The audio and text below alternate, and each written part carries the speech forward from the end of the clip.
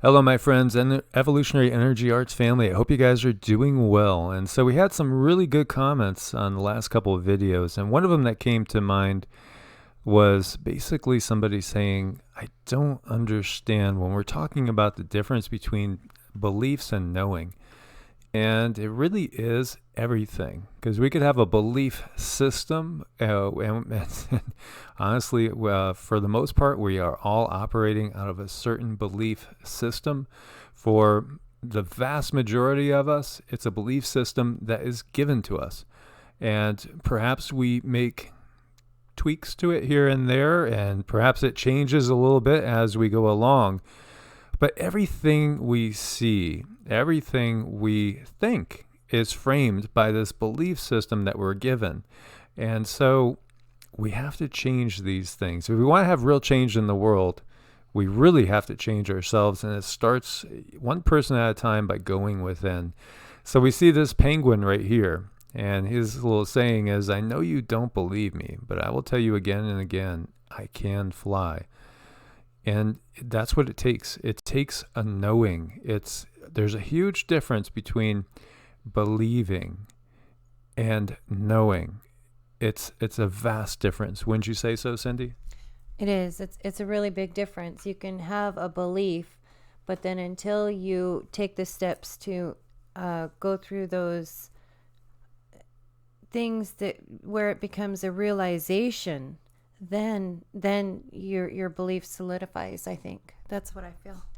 Yeah, I think we benefit from the fact that we live in an age where now we have quantum theory, in which we recognize that, well, really what Buddha had discovered, 2,500 years ago, is actually right. And that what we see is really an illusion of sorts. It's a construct of the mind. It's Maya. And that's something that quantum physics is now saying as well, and is in perfect agreement with that. It's all about the observer. And so we can change our reality. And when we see movies like The Matrix, and Cindy had never actually seen The Matrix, so we went and watched it again last night. And I've watched it so many times, it's almost like I know every single word that's coming. But, it is so profound. What is real? How do you define real? If you're talking about what you can feel, what you can smell, what you can taste and see, then real is simply electrical signals interpreted by your brain. And that's a big, big statement. And we need to recognize that signals have been given to us since birth, telling us what is real and what is not real. And we touched on that in the last video that we put up on EEARTS, which was well received. It was. And when we come to think about our brains are really like the driving force. They're the things that release the chemicals that tell us what we think is real and what might not be real. But mostly our brains, I find with my brain, it's telling me a whole bunch of stories, so I have to be really careful what I feed my brain. Yeah, there is the 80-20 rule, and that thought is that 80% of what goes through our brain every single day is the same as any other day, and there's very, very little that is new, and unique and different. And that is the case for most of us. And most of us, we're trapped in this matrix. We truly are. There really is a matrix out there. And if you're working a 9-to-5 job, if you're lucky enough to work a 9-to-5 job, I had a lot of jobs that were more like 7-to-7 or, 8-to-6, 6 days a week type things. How can you ever escape the matrix when you're doing that type of time in the matrix? It can be a work, most definitely. It can be a labor of love, a love for your soul. And more people are escaping this matrix as we go on and realizing, just how programmed we've been. So when we look at certain things, and, there are great people out there, and the biology of belief keeps coming into my mind from Dr. Bruce Lipton. I remember painting a room in a house and listening to that and then re-listening to it again. And it was so profound, and it just hit me on such a deep level. And part of the reason why I feel so sure, and surety can be something that we should both embrace and then be cautious of as well. As new information comes out, we must always be open to seeing an expanded view of the multiverse, the realities that are around us, and realities too, because there's so many different realities probably playing out at the same time. And what I see happen might not be the same as what you see happen, and it might not be the same as what Cindy watches happen. We all have our own preconceptions that help to manifest the reality that is flowing in front of our eyes at any given moment.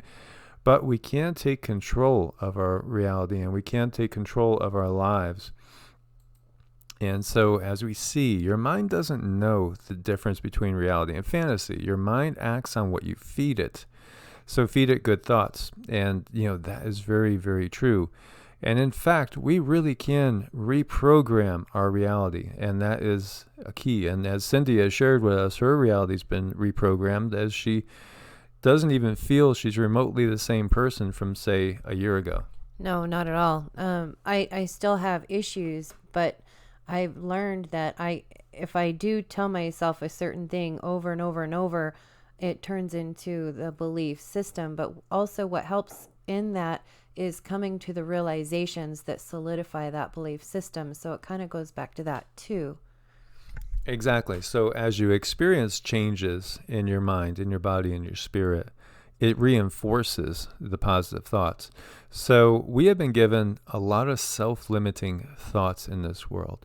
We're shown pictures, and we're given philosophies and everything that separates us. And really what we're going to is a unity consciousness. This is where we are heading. More of a, in some ways a hive mentality, in that we will be able to understand each other better. We could also work together better. And it's through unity that we're going to affect true positive change on this planet.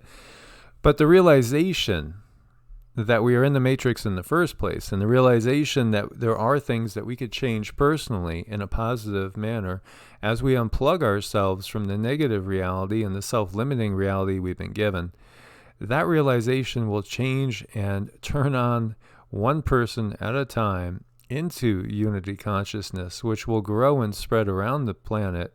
And together we will be able to affect tremendous positive change. And then we will work as a whole, working towards a positive future, as opposed to what we have right now, which is a system in place which is all about keeping power consolidated in the hands of the few and keeping the masses from awakening to their power and their true self. We can reprogram our DNA. We know this now. We can become a different person. We can become the person we truly want to be and the person we were truly born to be. When we get into this world, we're coming into this world with a set of intentions and purpose. We all have a divine purpose, a purpose that is really like the prime driver for the incarnation. There is a reason you came in. Now, you might not achieve the highest possibility for this life, but you might still achieve perhaps, an arbitrary number like 96% of your goals or 94% of your goals. But to be that productive, we have to know who we really are, and really who we are, not the ego, not the construct that's come about through the societal programming. You have to go within and get to the core.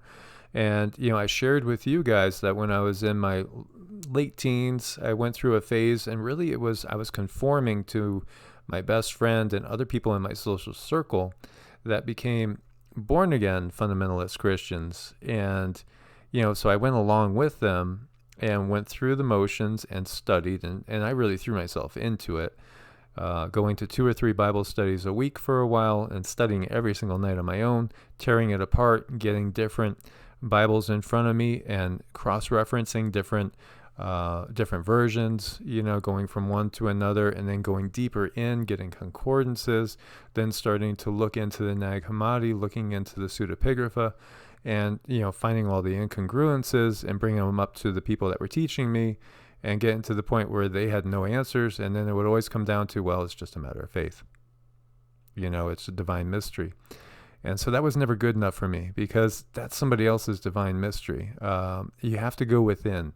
And then I did go within, and then things started to really change. And I started to realize that, we can actually change who we are, because I liked myself as a person, as a kid growing up. And then I kind of lost myself for a while, and I was being and becoming who society wanted me to be. And I didn't really like that person so much. It wasn't really me, and so it took a long time to get back to the point where, hey, I'm going to be me and screw society. I'm going to be me. And when I say screw society, I don't mean screw individuals. I mean screw the norms. If people look at me as if I'm crazy, that's fine. Because that's who I am. I'm going to be me. And it's so important that we are ourselves. It is. And I tried really super hard to be a really good church going person. And I tried really hard to believe in the Bible and what it was telling me. And I mean, I gave it my college best to be what society thought of as good, because in this day and age, it's almost like you almost have to be perceived as good for survival purposes. So it was really hard for me to break out of that. But what I really didn't like when I went to church is they were telling me that I'm a sinner and I'm bad and I'm horrible. And guess what? Your body is listening to that. Your ether, your energy body is always listening to what you're telling it and what other people are telling it, which brings us back to reprogramming using, vibration frequency, which is your own words, your own meditation, to get into that data box and rewrite everything, which is what I've been doing. I'm a work in progress, though. And we are all a work in progress. And so, and there again, the problem is in taking others' interpretations of things. As we know, there are so many different versions of Christianity out there, just Christianity. There's so many different religions out there. And we're entering an age where we're going to shed all that, honestly, and we're all going to go within.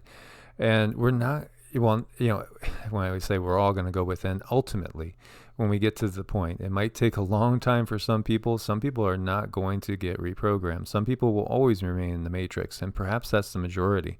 But we have to wake up as many people as we can. Why accept somebody else's beliefs that maybe are self-limiting when you could go and discover for yourself your own reality, discover for yourself who you are at the core. And part of the biggest problem is the fact that we have been given this limiting belief set. And when we think about it, just jumping over into the whole philosophy of Western medicine, in Western medicine, you're given a diagnosis and you're told something and you're told a prognosis. Okay, you have fibromyalgia. You're going to have to deal with pain the rest of your life. You're probably not going to get any better. It's probably going to get progressively worse. So be ready for a life of misery. Well, thank you. But that's so positive of you to share that with me. Well, there are these pharmaceuticals that might dull your sensations, and they have some side effects as well. But that's the Western philosophy. In the Eastern philosophy, it's all about balance and harmony, and simply you are out of balance and you need to reclaim your equilibrium. And so we can do that in many different ways. And one of those is just through affirmations and knowing. And you could make a positive statement for yourself and just repeat it on a daily basis, because as we talk to ourselves will respond. You are talking all day long to every single cell in your body, which is a unique form of life. Each one has its own level of consciousness, and they are working in a symbiotic way, usually, unless it's cancerous, together for the greater good. Now, if your belief system is sending down these signals that, yes, I have pain and my pain's never going to go away. My pain's just going to only get worse. I believe, I believe that because I've been told that by an authority figure that told me that. then, there's no way you're going to escape that reality. You have to get outside of that reality. You do. And I've gone the rounds with doctors, in my life too, a good portion of my life. And, they gave me so many prescription medications to try to fix certain things when in reality it was myself doing these things to me. And they're not going to tell you that you can retrain your brain. They're not going to tell you that you can speak to yourself and make changes, because that goes back to the almighty dollar. God forbid we find out we can heal ourselves. Which we can. We absolutely can. And so recognize again, this is a quantum world. And at the finest level, there really is no thing. And it's all about perception. It's all about the observer, as we saw with the experiments on water. And our bodies are anywhere from 70 to 80% water. When somebody's a baby, born as a baby, it might be as much as 85% water. And water is obviously equates to life. And it's also kind of this blank slate that we can imprint energies into. And this works because you could even write out love, tape it to a bottle. It'll change the crystals of water in that bottle. And if you put hate, it'll change it in a negative way. If you put love, it'll change it in a positive way. We've seen that through these experiments. It's very, very powerful. And again, if our bodies are mostly water, this shows the effect it could have. And this is why we put intent into our food. We're taught in the West, in the Judeo-Christian tradition, that you pray over your food, ask for a blessing. And really what we should do is, even more than asking for a blessing, make it that it is a blessing. So instead of, basically asking, give thanks for already receiving. That is so positive. As you see the before and after, the effect on water of immune vibration. 500 people sending positive thoughts to a bottle of water and prayer over water. It's amazing what can happen. And when we become unified, then we can make amazing changes together. Yeah, I think this is exactly what started my journey on changing the way I think and changing the way I talk to myself, is realizing that my body is responding exactly like this. And this is a really, really good thing for people to look into, because it did change the way. Now I had motivation. Now I came to that realization. It's like, oh, okay, so I believe I should think good thoughts and be happy. But now here's the realization part. This is what you get when you do think good thoughts and be happy. This is the organization that comes inside of your body when you say good things. Exactly. So we never feed the fear, and instead we see the positive as already having happened. And again, it's all about the mind. The biggest obstacle you'll ever have to overcome is your mind. And if you can overcome that, you can overcome anything. And, we have been given in this world many thoughts that are less than perfect, but we can rewrite that. We can rewrite our DNA, and we don't really even know what the upper limits of this are. It could be amazing. When we look at many cultures across the globe, we see recurring themes of people living hundreds of years, living lifespans 10 times what we're living now. And that could be a reality, as we see with fasting, the results that we have with immune systems being completely rebooted after 36 hours of fasting. And we can extend our lives in a positive direction in so many different ways. But one of the best things to do is you have to know. You really have to know you can. It's all about the knowing. And there is a saying, fake it till you make it. And there is most definitely some worth in that.